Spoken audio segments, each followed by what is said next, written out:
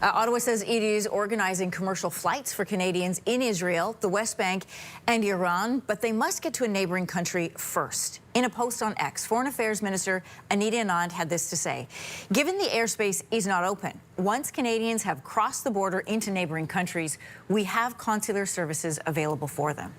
Well, we know thousands of Canadians find themselves in the crossfire as Israel and Iran continue to strike hundreds of drone and missile attacks.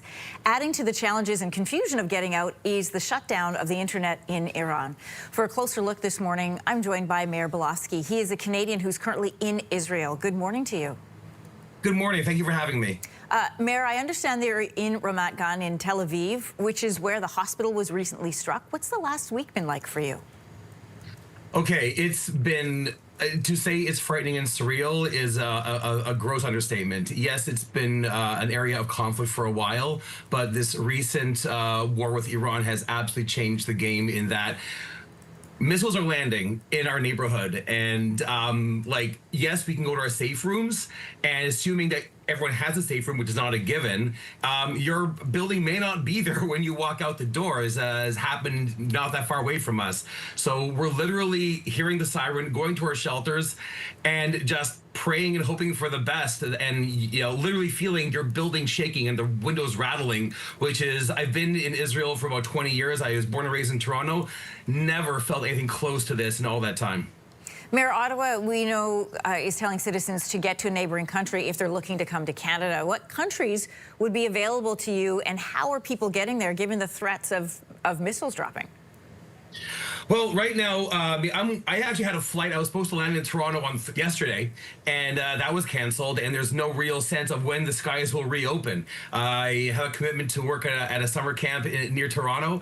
I know many other folks have similar plans and commitments. Not only people like me who live here, but there's plenty of students who came for a year of study abroad. You have folks who did volunteer programs and just trying to get back home, and it's just a mad scramble to get any kind of ticket. There's folks who are booking tickets on boats to get to Cyprus, and from there make their way to any European destination that connects to Canada or anywhere else they need to go.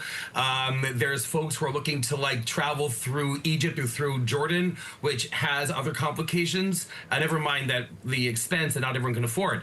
It's like we're just waiting, and there's no real sense of when this will normalize, and the backlog of people just trying to get out. It's been a lot of uncertainty, and definitely not adding to the stress of living here right now.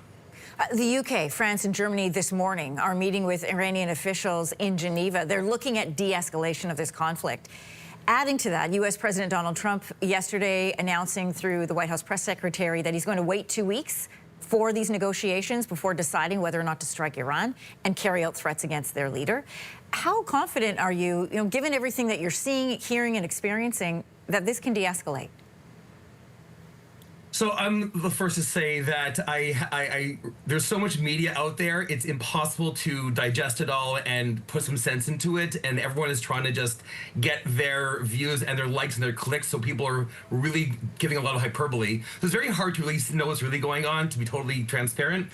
I genuinely don't know, and no one knows for sure. There is definitely hope this can de-escalate, and the thing we're kind of hanging on to is that once a ceasefire is negotiated and this ends, that'll be it. It won't be like a trickle down. It'll be it, and God willing, things will get peaceful very, very soon.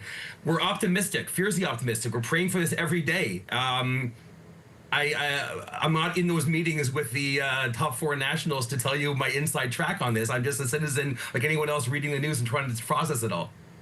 Mayor Balofksy, you are currently in Israel. Your ticket was supposed to have you landing in Toronto yesterday. So best of luck to you as you try to navigate these conditions and get back to Canada. Appreciate your time this morning. Stay safe. Thank you so much for having me. Thank you for having me.